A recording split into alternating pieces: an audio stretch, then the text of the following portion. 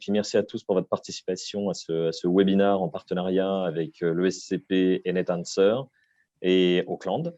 Voilà, sur le thème améliorer la qualité de votre base d'alumni. Donc, tout un programme qu'on va essayer de dérouler dans le peu de temps qu'on a.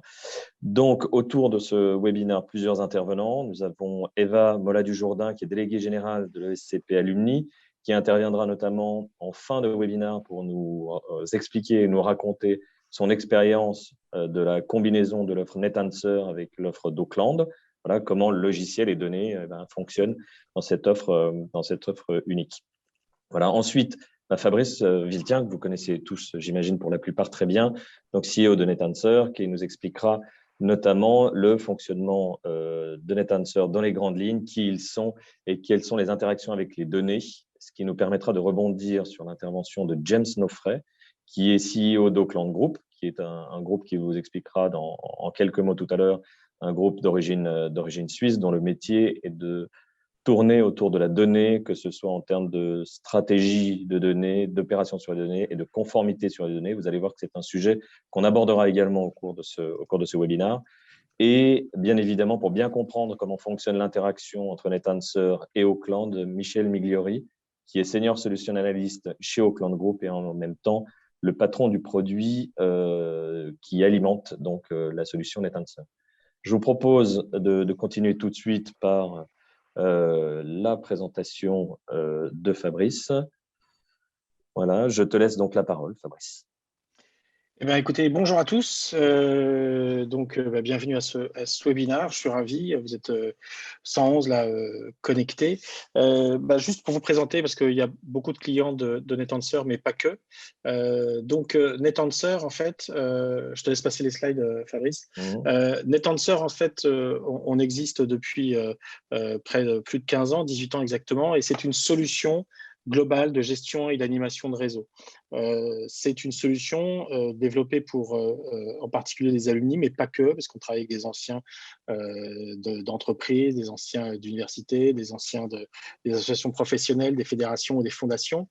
Et on va les aider avec une solution à 360 qui permet en même temps d'avoir le site web, en même temps de publier du contenu, d'avoir une gestion des cotisations, d'avoir l'envoi des courriers, des mails, mais des courriers papier aussi, d'organiser des événements, d'encaisser donc des cotisations, d'avoir un annuaire, de gérer des offres d'emploi, d'animer votre communauté via des groupes et ensuite de permettre de gérer avec une application mobile et ensuite les statistiques, votre communauté. Alors ça, c'est une partie des modules. On a encore d'autres modules. Le vote en ligne, qui est évidemment un vote qui, pendant la période de Covid, a beaucoup été utilisé. Et puis, on a d'autres modules comme les petites annonces de parrainage ou des sondages. Derrière, la société, donc c'est 12 personnes. On travaille avec plus de 160 réseaux. Donc, je vous disais, beaucoup d'anciens élèves d'écoles d'ingénieurs ou de commerce, mais aussi pas mal d'associations professionnelles. Et on existe depuis 17 ans. Et donc, j'ai la chance de diriger cette structure avec toute une équipe, dont Julie qui est avec nous et qui s'occupe de la communication chez nous. Alors, juste pour introduire NetAnswer, comment est-ce qu'on s'est créé initialement et pourquoi le sujet de la donnée, c'est vraiment capital pour nous. Donc moi, en fait, je suis ancien d'une école d'ingénieurs et je suis sorti il y a un moment maintenant, en 99 de l'association. Et en fait, je suis rentré dans l'association des anciens. Et dans l'association des anciens, j'ai développé le site Internet. Et en fait, au bout d'un an, avec le site Internet, on sortait un annuaire papier, comme certains d'entre vous encore aujourd'hui. Et donc, dans cet annuaire papier, il y a des listes par ville, des listes par secteur d'activité, des listes par entreprise. Et sauf qu'en général, on envoyait ces listes à l'imprimeur, il y avait du maquettage, et à ce moment-là, il y avait une relecture d'épreuves, et on corrigeait, et le Saint-Germain-en-Laye, qui était écrit de 10 fois différente, et il fallait le réécrire. Et donc, toute l'homogénéisation des données, tout le dédoublonnage des données, toute la correction des données, je l'avais fait et je l'avais développé sur la solution. Et donc, à la première sortie d'un annuaire avec la régie pub avec qui on travaillait, le maquettiste m'a dit, mais votre base de données, elle est très clean, vous avez eu vous avez fait très peu de retours. C'est là que je lui ai expliqué ce que j'avais fait. Elle m'a dit, mais il y a un besoin chez d'autres associations et vous devriez montrer votre outil à d'autres associations. Et c'est comme ça qu'on a créé NetAnswer. Donc, la gestion des données, l'organisation, avant d'être l'outil que c'est devenu aujourd'hui avec effectivement les réseaux sociaux, l'application mobile, etc., c'est vraiment initialement cette gestion de données qui a été pilotée et qui est effectivement au centre de la solution. Et donc, pour expliquer comment on fonctionne, comment on structure ces données, ces outils de correction et la qualification des données, qui est quand même le sujet là de notre webinaire, comment améliorer la qualité de votre base d'alumni. Chez NetAnswer, on a plusieurs niveaux qui sont possibles. Le premier, c'est effectivement de travailler déjà avec des référentiels.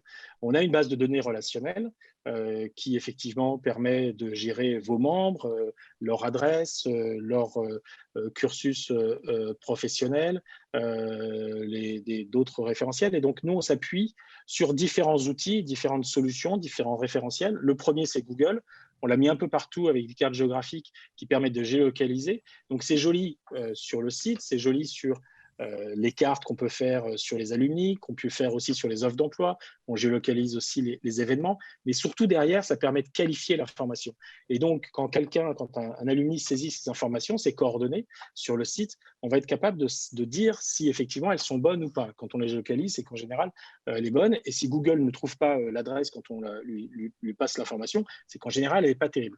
Donc, on donne cette information-là, mais on se repose aussi sur le référentiel Exapost en France pour que quand je tape un code postal, ça me complète avec la ville. Ça permet aussi, on utilise aussi le référentiel de l'INSEE, je ne sais pas si vous savez, mais depuis 2015, il y a 2500 villes en France qui ont changé. Donc sur les 36 000 communes, il y en a 2500 qui ont changé, qui ont fusionné, qui sont agrégées. Et donc on a ce référentiel-là, donc on est capable sur votre base de données, quand il y a eu, et tous les ans il y en a, des fusions de villes, d'être capable de corriger effectivement votre base de ville. Tout ça pour évidemment améliorer la qualité et améliorer derrière les envois et limiter le retour d'envoi de courrier papier. On se base aussi sur le référentiel Sirène. Le référentiel Sirène, c'est le référentiel de l'INSEE. Il y a 11 millions d'entreprises en France actives, mais la base de données Sirène, c'est 28 millions d'entreprises. C'est-à-dire qu'on a aussi toutes les entreprises, tous les établissements qui ont été fermés et qui ont déménagé ou ont été fermés. Et donc, on est capable là aussi, quand vous avez quelqu'un qui a saisi une coordonnée, quand on a l'information, et c'est tous les mois qu'on a la mise à jour du référentiel Sirène, de vous dire que l'entreprise, la personne a effectivement déménagé. On a ensuite des référentiels donc sur les mails, sur l'existence des bases de mails et des tests DNS. Et donc, on est capable aussi de vous dire quand des mails sont en défaut et quand on peut effectivement les corriger et de vous dire quand il y a des problèmes de syntaxe. Et enfin, et ça c'est assez récent, depuis 1 an, l'INSEE, avec son référentiel RNIPP, est capable de vous donner les données sur les décédés. Et donc, on est capable de screener tous les mois, parce que l'INSEE donne ces informations tous les mois, la liste des décédés de votre base de données. Donc, quelques slides. Hein. On a, tu peux y aller. On a pas mal de tableaux de bord dans la solution qui permettent de savoir où vous en êtes. Donc en termes de moyens de contact, en termes de taux d'ouverture des mails, en termes de structure. Ce que vous avez en bas à gauche, c'est la structure hiérarchique des entreprises que vous pouvez screener. Donc il y a beaucoup de tableaux de bord, mais derrière, il y a vraiment des outils et des pages qui vous permettent de corriger ces données. Évidemment, les gens, quand ils le saisissent, on corrige, on fait des suggestions, mais quand vous récupérez des fichiers, quand vous êtes interfacé avec des CRM d'école, ou quand on récupère vos données, qu'on migre et qu'on récupère de fichiers, on va être capable de corriger ces données. Donc, par exemple, là, on a fait quelques copies d'écran de l'interface en back-office qui permet, dans la partie de correction, de suggérer, tiens, Boulogne-Billancourt, voilà comment ça s'écrit, tiens, Arroux, ça a changé de nom, c'est la commune nouvelle d'Arroux. Donc, on est capable de corriger cette information-là. Là, c'est la page qui permet de corriger les villes nouvelles. Donc là, on est sur une école dont on doit commencer à travailler parce qu'elle a quand même beaucoup d'erreurs et donc beaucoup de suggestions où ces villes nouvelles, et c'est les anciennes villes à gauche, et on propose des villes nouvelles. Et on est capable de dire quand les villes ont fusionné. Vous voyez, donc il y en a de 2016, de 2017, et combien de personnes ça va concerner dans la base. Il y a ensuite les incohérences de ville-pays. Quand vous saisissez sur mobile ou quand vous êtes quand vous saisissez, des fois vous oubliez de saisir le pays et donc il y a déjà des fois des gens qui saisissent Fribourg ou Ferrara en France, alors que l'un est en Italie, l'autre en Suisse. Ben là, c'est pareil, on va être capable de corriger ça ex post et d'être capable de vous faire ces alertes-là et pour vous de les corriger.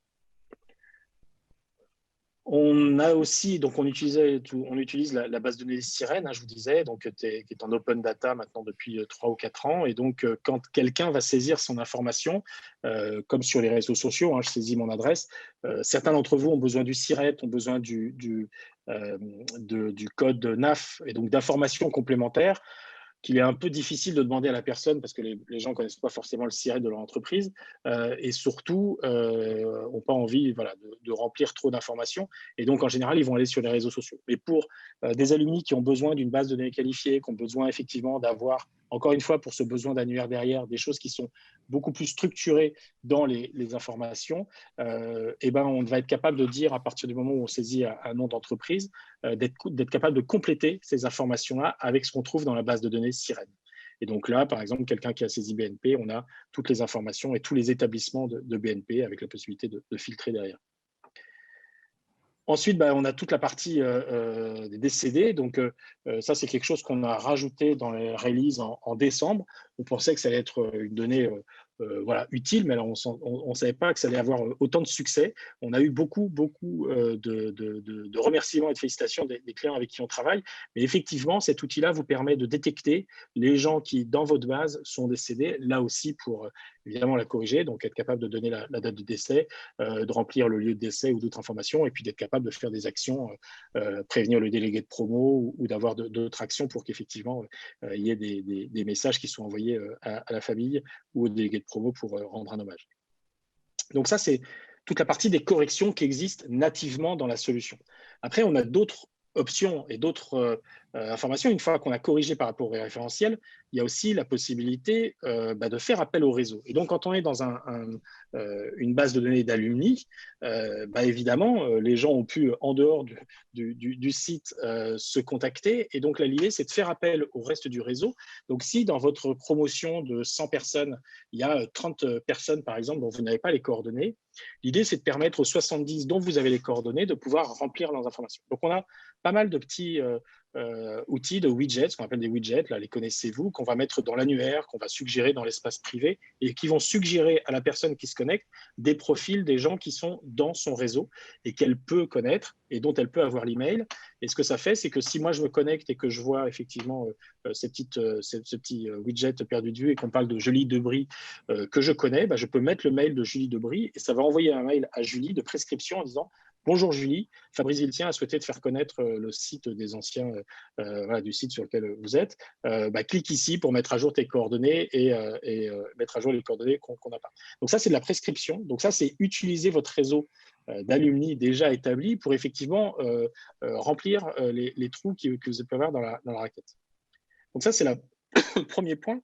Et ça, si on l'étend, parce qu'effectivement, les gens ne vont pas forcément dans leur espace privé tous les jours, même si vous avez la possibilité d'envoyer un mail derrière listant, je vous disais, les 30 personnes dont on n'a pas les coordonnées aux 70 dont on l'a. On a aussi envisagé ça, et c'est ce qu'on fait quand on lance un réseau qui se crée, où effectivement il y a très peu de coordonnées ou que des anciennes coordonnées, c'est carrément un serious game. Donc ce que je vous ai montré juste avant, on le met à l'échelle de toute l'entreprise. C'est ce qu'on a fait par exemple avec les diplômés, les docteurs de Paris 6 à l'époque, et qu'on avait étendu à tous les diplômés de Paris 6, qu'on a fait aussi sur l'université Versailles-Saint-Quentin. C'est en fait un serious game dans lequel vous donnez des missions à des alumni de retrouver 3 ou 4 ou plus d'anciens.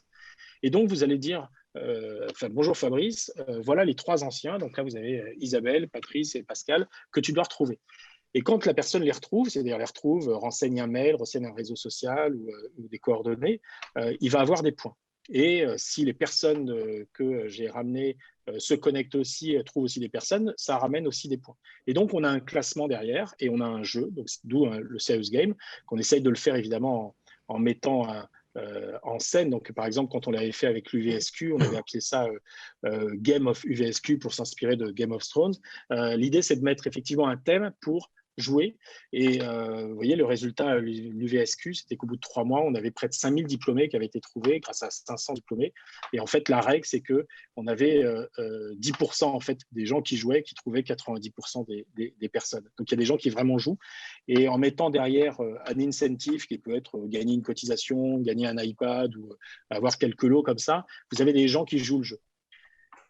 Donc ça, c'est, je dirais, le troisième étage de la fusée. Le quatrième étage que vous pouvez utiliser, c'est l'import via les réseaux sociaux, donc assez peu via Facebook, mais surtout via LinkedIn. Alors même s'il y a une limitation en ce moment avec LinkedIn qu'on essaie de débloquer, l'idée, c'est que les gens remplissent effectivement, importent leurs coordonnées avec LinkedIn et importent aujourd'hui la photo, leur post directement dans leur profil et puissent mettre la synchronisation. Il faut pas que vous n'oubliez pas que la qualification de votre base de données, si on se base effectivement sur le téléphone, le mail et l'adresse, les réseaux sociaux sont aussi des points qui sont importants. Et il ne faut pas se limiter que à LinkedIn, il ne faut pas se limiter à Facebook. Il faut vraiment avoir le maximum de réseaux sociaux parce que ça, c'est des informations dont les gens changent peu, contrairement à des adresses mail ou à des adresses professionnelles. Donc voilà, une fois que vous avez épuisé toutes ces solutions-là, l'idée, c'est de faire appel à des prestataires extérieurs. Et donc là, une fois qu'on a utilisé complètement notre outil, on a évidemment plein de gens qui proposent effectivement de nous aider. On a pas mal d'associations qui nous disent on a des prestataires qui nous contactent pour remplir notre base de données ou la qualifier. Et souvent, à des clubs utilisateurs qu'on organise avec nos clients, je pose la question, est-ce que vous avez des bons retours d'expérience?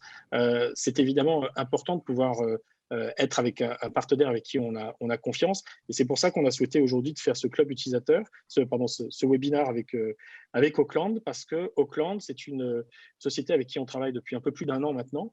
Eva de SCP Alumni pourra en parler, mais c'est effectivement une solution externe qui est connecté. Alors, je rassure tous ceux qui ne travaillent pas aujourd'hui avec NetAnswer, vous pourriez travailler directement avec Auckland sans travailler avec NetAnswer, c'est pas exclusif, mais on a voulu nous travailler avec eux, enfin vous montrer ce partenariat-là parce que pour les clients, c'est complètement transparent. Auckland, qui va, et je vais laisser la main maintenant à James, se présente, c'est complètement interfacé et surtout complètement interfacé de façon RGPD, et donc c'est transparent pour les utilisateurs.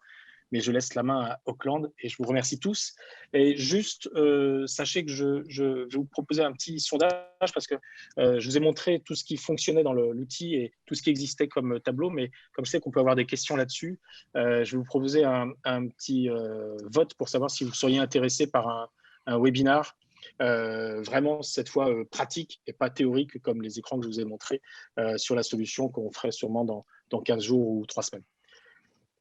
Je te laisse la main, James. Très bien, merci Fabrice, merci beaucoup pour cette présentation.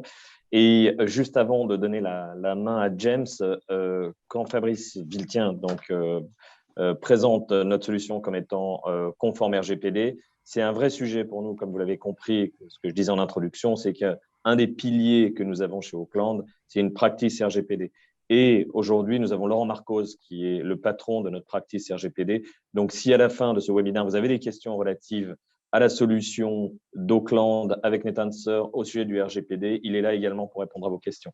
Mais là, pour l'instant, je laisse la main à James et à Michael pour vous présenter l'offre de Auckland. Voilà, James, c'est à toi. Voilà, merci Fabrice. Je suis très heureux d'être avec vous aujourd'hui. Un grand merci à Fabrice Villetien pour nous avoir invités et avoir organisé ça avec nous. Je suis très heureux aussi du proche partenariat que nous avons ensemble. Merci aussi à Eva que vous allez entendre un petit peu plus tard, parce que c'est grâce et avec elle que tout cela a démarré pour que ça devienne Stalks. Alors Auckland, je vais aller très rapidement. Donc c'est un groupe de sociétés que j'ai fondé en Suisse en début 2017. Et le seul et unique objectif de ce groupe est d'accompagner les entreprises ou les associations de toute taille à vraiment mieux atteindre leurs enjeux et leurs objectifs, qu'ils soient opérationnels ou business, grâce à la donnée. Faire de la donnée quelque chose de beaucoup plus central et de moins commoditaire. Alors, au travers de notre expérience avec Eva, avec Fabrice, on a aussi un petit peu mieux cerné, évidemment, vos objectifs, vos enjeux. On a essayé de de voir ce qui était vraiment super important. Et effectivement, c'est créer du lien au sein d'un écosystème que vous allez vouloir avoir plus riche, plus étendu, sur lequel vous allez pouvoir mieux cibler. Et surtout, au travers duquel vous allez pouvoir porter vraiment l'aura de l'école un peu plus loin, l'aura de votre communauté. Donc ça, c'est absolument clé, on l'a compris, pour animer, cibler mieux, et puis évidemment, grâce à une meilleure donnée, que vous ayez une communauté qui vive mieux et qui permette aussi on va dire de créer des choses nouvelles pour l'école et de porter un petit peu plus haut encore les couleurs de l'école. Voilà. Par contre, effectivement, pour tout ce qu'on fait, Fabrice l'a dit au départ, on a au sein du groupe Auckland trois piliers principaux: la stratégie autour de la donnée, la partie opération, vraiment exécution de la stratégie autour de la donnée, et la partie conformité. Et en fait, il y a évidemment un prérequis qui est indispensable pour qu'on puisse avoir une donnée qu'on puisse qualifier comme étant de valeur, c'est que cette donnée soit fiable, sécurisée et conforme. Si on n'a pas une donnée qui comporte ces caractéristiques, on a beaucoup de mal à faire quoi que ce soit, tant au niveau opérationnel qu'au niveau stratégique. Et en fait, quand on a commencé à discuter avec Eva, il y a de ça maintenant un petit peu plus de 2 ans, il est clair que c'était évidemment le même enjeu, et ça nous a fait effectivement progresser pour que notre travail en commun devienne une solution qui s'appelle Stalks et que Michael va vous présenter tout à l'heure. Alors, Stalks, vraiment très très vite, avant que je cède la parole à Michael, parce que c'est le plus important. Évidemment, le but, c'est de vous faire gagner du temps, parce qu'on sait très bien que quand on a des mauvaises données, on perd énormément de temps à les qualifier, énormément de temps à les corriger. On a peu de flexibilité, parce qu'on a un petit peu du mal à cibler, à segmenter. On est effectivement pas très très efficace, ou en tout cas pas beaucoup quand on a évidemment un degré de qualité qui est faible. Et le but, c'est de vous faire gagner du temps, et surtout que vous puissiez avoir votre temps engagé dans des tâches à forte valeur ajoutée. Ça, c'est surtout ça l'idée, que vous puissiez vous concentrer sur des choses qui sont ultra pertinentes pour rendre votre réseau encore plus efficace. Voilà. Alors, pour ma part, j'en ai terminé. Je vais laisser la parole à Michael, qui va vous présenter le produit Stalks, qui j'ai le plaisir évidemment de présenter avec lui, et qui maintenant part comme une marque à part entière au sein du groupe. Très bien. Il faudrait que Michael puisse avoir la main pour le partage d'écran. C'est bon, je vais lancer ça. Parfait. Impeccable. Vous voyez mon écran? Oui.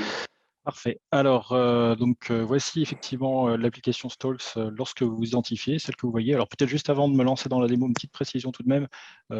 Comme on a un temps assez limité, je vais pas pouvoir parcourir tous les détails de la démonstration, ça prendrait beaucoup trop de temps, mais n'hésitez évidemment pas à revenir vers nous pour qu'on puisse vous faire une démo plus détaillée si vous le souhaitez. Donc voici l'interface sur laquelle vous arrivez lorsque vous vous identifiez. On voit tout de suite les différentes étapes du processus de l'application Stalks qui vous est présenté en 4 étapes assez simples. Les 2 premières étapes sont des étapes qui vont être focalisées sur l'évaluation de la qualité de vos données. Donc on va venir importer les données de NetAnswer, on va venir faire certains tests, je vous détaillerai tout cela après. Et puis on va venir essayer aussi de valider les adresses email pour voir si vous avez des adresses email de qualité dans votre base. Les étapes 3 et 4, quant à elles, sont plutôt focalisées sur la partie complétude, voir ce qu'on peut faire pour justement venir corriger les problèmes qu'on aurait vus sur les étapes 1 et 2, donc surtout rechercher des informations complémentaires, et puis sur l'étape 4, venir les mettre à jour directement dans la base NetAnswer. Alors, un petit tour d'interface aussi rapide, en bas à droite, vous avez un crédit qui va vous permettre de faire fonctionner les étapes qui seraient payantes, je vous montrerai ça également, et puis vous avez ici une section archive qui liste toutes les précédentes exécutions que vous auriez faites de ce processus. Vous voyez ici également qu'on indique à quelle étape on s'est arrêté, parce qu'il est possible de s'arrêter à n'importe quelle étape du processus. Vous n'êtes pas obligé de faire l'ensemble. Si par exemple vous êtes satisfait de la qualité de vos données à partir des étapes 1 et 2, ou même 1, vous pouvez vous arrêter là sans aucun problème. Donc je vais lancer tout de suite la première étape et puis on va voir un petit peu comment ça se passe. Donc là, dès qu'on lance le processus, l'étape 1, analyse, on va venir importer les alumni. Donc, comme dans NetAnswer, il peut y avoir différents types de contacts. On s'assure de sélectionner les alumni. Donc, c'est ce qui explique cette petite différence de 6 contacts. Et puis, on va vous donner tout de suite, là, dès que c'est terminé, comme c'est le cas maintenant, on va vous donner tout de suite une information sur le nombre d'informations manquantes, voilà le total, avec un rapport qui vous donne dans le détail toutes les informations qui auront été manquantes ou invalides, dont le format était pas correct, etc. Donc, je ne peux pas rentrer dans le détail maintenant, ça prendra trop de temps, mais voilà, vous avez un détail surtout sur les formats et sur les informations manquantes et invalides. Pareil, un petit focus ici sur les informations d'emploi, les job titles, les entreprises, les emails, etc., les villes et les pays sur les adresses postales. Si je clique sur le petit bouton Download Report ici, ça télécharge un fichier Excel. Aussi, par manque de temps, je peux pouvoir le montrer, mais voilà, ce fichier Excel contient l'ensemble des données qu'on a importées, et vous avez la possibilité de retrouver tous ces numéros de téléphone qui seraient manquants ou invalides, ces adresses email manquantes ou invalides. Donc déjà, à ce niveau-là, même sans avoir fait d'enrichissement, vous avez déjà une information de valeur que vous pouvez utiliser pour éventuellement corriger manuellement les informations dans votre base NetAnswer. Donc voilà, ça c'était pour l'étape 1. Je vais passer tout de suite à l'étape 2, qui est la validation des adresses email. Donc là, on va essayer de sélectionner les adresses email à valider. On a 2 choix possibles pour cela. On peut soit choisir les adresses email de tous les alumni. Donc là, sur les 2994 alumni qui avaient été importés, on en a trouvé 925 à valider. Ou alors, on peut dire, je vais peut-être plutôt travailler par année de promo. Donc là, on va venir choisir peut-être les années de promotion sur lesquelles on souhaite se focaliser. Donc, par exemple, si je prends de 1993 à aujourd'hui, ça représente 675 emails. Comme vous pouvez le voir, à chaque fois que je clique, ça rafraîchit ici le coût. Donc là, par exemple, pour 925 alumni, ça coûte 1,85 €. Donc, c'est assez peu onéreux de valider autant d'emails des alumni. Donc, pour la démo, je vais partir sur cette option-là. Donc voilà, là, le processus se lance. Alors, à chaque étape, vous avez la possibilité de naviguer dans l'interface. Vous pouvez revenir sur les rapports. Vous pouvez, sans aucun problème, vous déloguer et revenir sur l'interface. Le processus se fait en arrière-plan. Vous pouvez même fermer l'onglet de votre navigateur, revenir plus tard. Dès que vous vous réidentifiez, vous allez retomber sur le processus là où il en était. Il continue sans aucun problème. Et puis, vous avez ici un petit statut qui vous indique à chaque fois la progression de l'étape. Donc là, on voit que la validation des emails est terminée. Il va sauvegarder les résultats et puis on aura le statut. Voilà, donc là, on a un écran qui nous dit que tout s'est bien passé. Si je clique sur le rapport, encore une fois, on obtient un résumé des informations trouvées, donc les emails invalides, les risqués, les non livrables, etc. Donc voilà, on a un statut assez détaillé sur ces différents emails. Encore une fois, pareil, si on clique sur le rapport Excel, on va avoir la liste complète de tous ces emails, et puis pour chacun d'eux, le statut. Donc vous aurez la possibilité de filtrer, sur les colonnes du fichier Excel pour éventuellement retrouver tous les emails non livrables, par exemple, si vous souhaiteriez les retirer de votre base. Donc ça, c'est possible aussi à cette étape-là. Ça, c'est pour l'étape validation. Ensuite, on va passer à l'étape numéro 3, qui est l'étape Smart Collect. Donc là, on a fini les étapes évaluation de la qualité de notre base. On se focalise maintenant sur la partie comment venir mettre à jour les informations qui manqueraient. Donc pour ça, on va se focaliser sur les adresses email, parce que les adresses email, c'est un petit peu le nerf de la guerre. C'est ce qui nous intéresse le plus, on va dire, en premier pour contacter les gens. Donc on va regarder peut-être à premier à retrouver des informations sur les personnes qui n'auraient pas d'email. Donc on va peut-être venir cocher cette case-là, ou alors sur les personnes qui auraient des emails qui ne fonctionnent plus ou qui seraient risqués. Donc le risqué, ce seront des emails par exemple jetables ou qui concernent des rôles comme info, @société, voilà, des choses qu'on n'est pas sûr qu'il y ait des vraies personnes derrière. Et donc là, on va venir rechercher des emails pour ces personnes. On peut aussi cliquer pourquoi pas valide, parce que même les personnes qui ont des emails valides, on peut quand même trouver d'autres types d'informations sur elles, telles que des numéros de téléphone ou des parcours professionnels, différentes informations qui seraient autres que l'email, qui peut toujours être intéressant. Donc on peut aussi cocher éventuellement même les valides. Alors, comme vous pouvez le voir, à chaque fois que je coche une case, il y a l'estimation du coût ici qui se met à jour. Alors, pourquoi c'est une estimation? Parce que nous, on va venir facturer seulement au résultat. Donc, si jamais il n'y a pas on cherche une personne sur les réseaux sociaux, on ne va peut-être pas forcément trouver de résultat.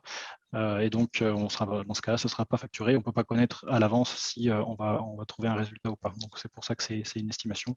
Nous, de notre expérience, on sait qu'on a un certain pourcentage de résultats. Donc, c'est ce chiffre ici qui est indiqué à gauche. Et puis, à droite, vous avez ici le maximum si jamais on trouvait absolument tout le monde.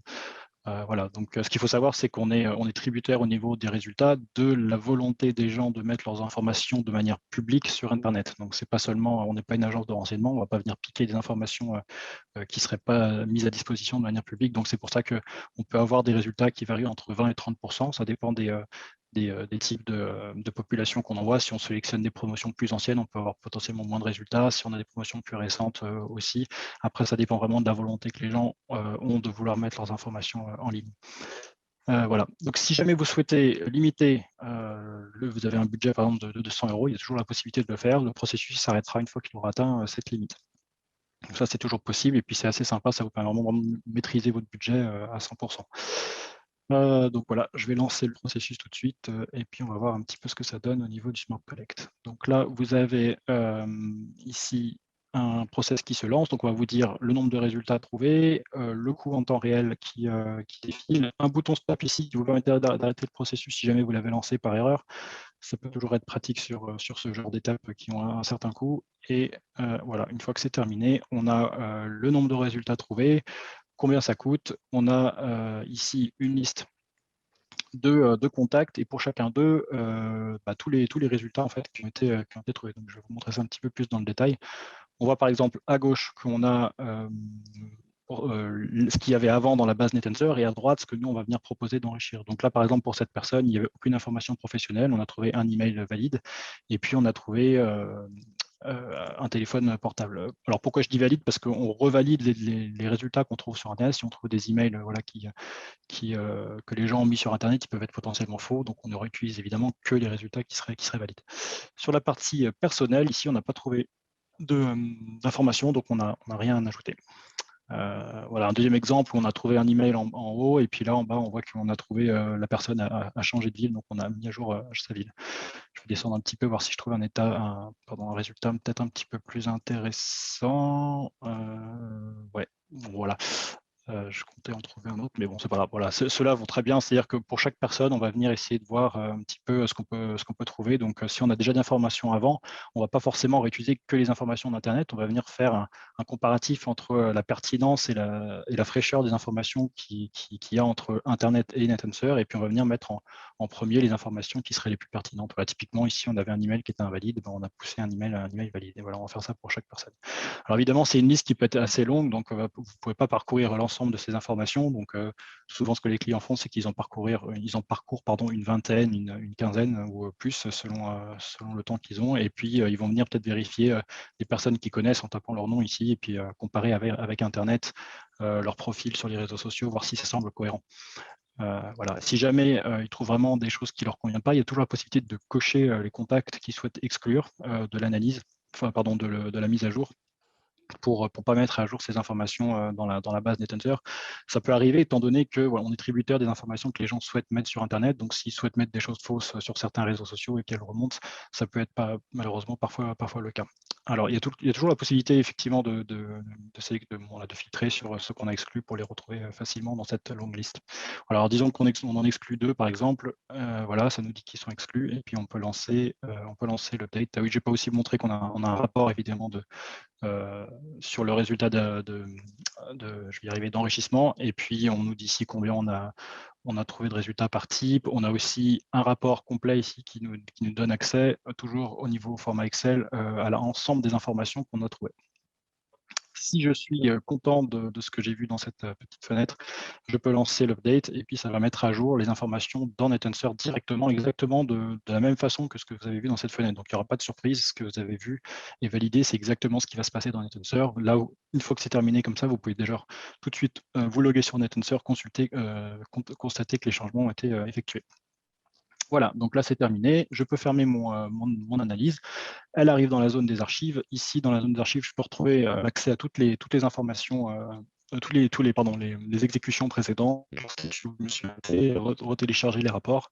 Alors, à savoir, il y a certains où on n'a pas accès aux rapports parce qu'ils ont été anonymisés. Ça, c'est aussi une fonctionnalité qu'on a mis en place pour respecter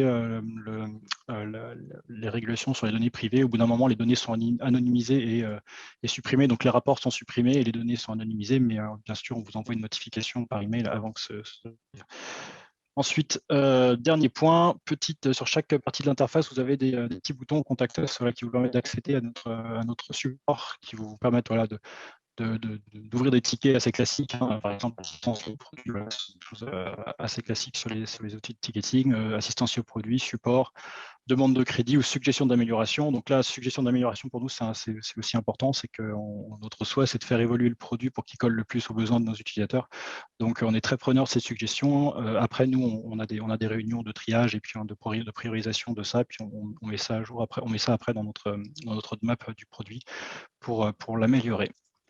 Voilà, donc je pense que j'ai terminé ma démonstration. Très bien, merci beaucoup. Et j'ai vu qu'il y avait un certain nombre de questions, mais je pense que Fabrice, tu les diras tout à l'heure, peut-être, par rapport à celles qui ont été posées. Et puis, ce que je propose, c'est que nous poursuivions ce webinaire. Voilà. Est-ce que tout le monde revoit bien mon écran? Oui. Oui, parfait. Très bien. Donc, après la présentation de Mickaël, ce que je vous propose, c'est d'avoir un peu un retour d'expérience, un témoignage de la part d'Eva. Donc, Eva Dujardin de l'ESCP Alumni, qui est utilisatrice de notre solution aujourd'hui. Et puis, elle vous expliquera un petit peu comment ça va. Eva, je vous laisse la parole. Merci Fabrice. Bonjour à tous.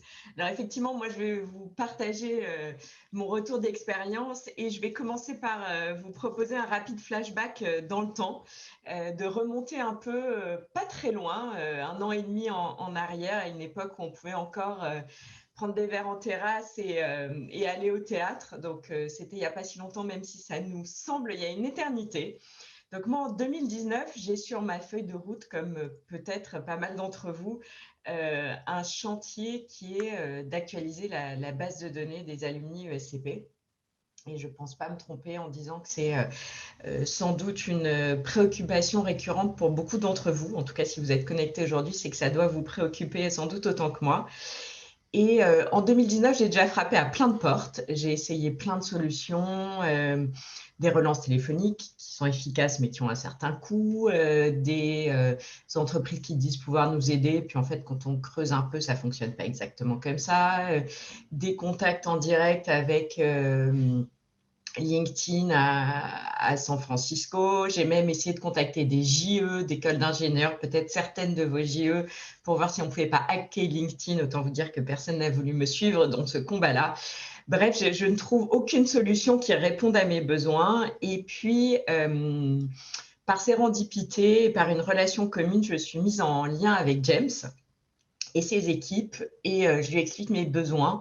Et pour la première fois, j'ai le sentiment d'être entendue. Et à partir de là, en fait, on va développer une solution commune sur mesure pour répondre à cette problématique de l'actualisation des bases de données. Alors, bien sûr, ce n'est pas aussi simple que de hacker LinkedIn, mais ça, on sait tous que ça ne marche pas. Donc aujourd'hui, c'est nous ce qu'on a trouvé de mieux pour fonctionner. Je vais peut-être vous expliquer pourquoi moi, je trouve ça intéressant. Pour plein de raisons. D'abord parce que ça commence par une phase d'audit et que je trouve ça assez rassurant d'évaluer d'abord l'état de nos bases pour constater quels sont les trous dans la raquette, ce qui fonctionne, ce qui ne fonctionne pas, les mails qui atteignent leur cible et ceux qui ne les atteignent pas.